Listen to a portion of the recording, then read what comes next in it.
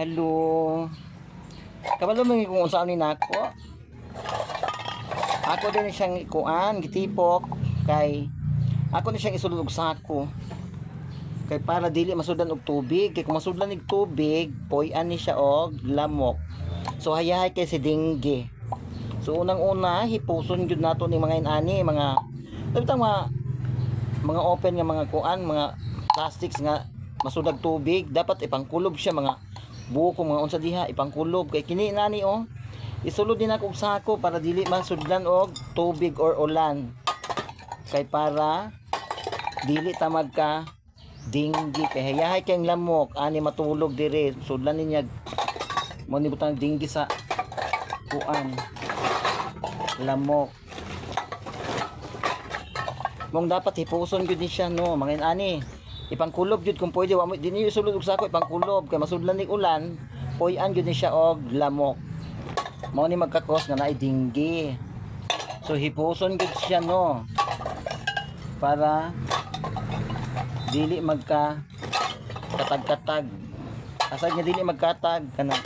malimpyo pod imong palibot di gyud ni siya masudlan og tubig so dili gyud kapuyo diri ang lamok so hiposo na to siya no then ipadala ramin sa basurahan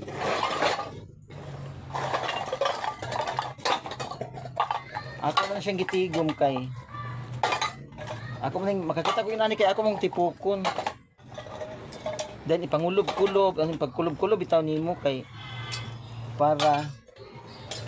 dili masudlag tubig yun kay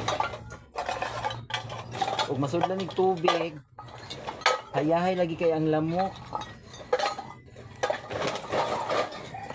mao lumugit siyang ko ano panulog yun mo siya sako kana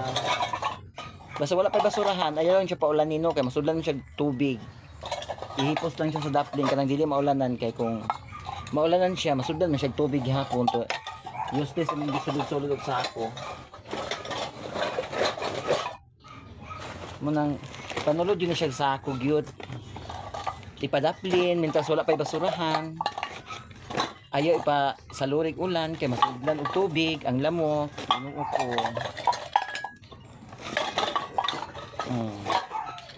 pila kanina ko kayo tinaon na ning kuan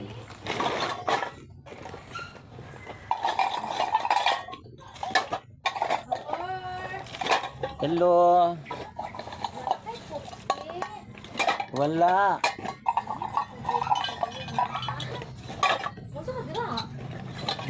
isulod yun yung mga lata sa sako oy kay masudlan man ig tubig nabuslot man ang sako live agay ginoo ko inani ra gid ni siya dapat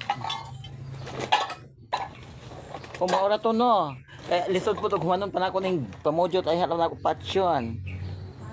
thank you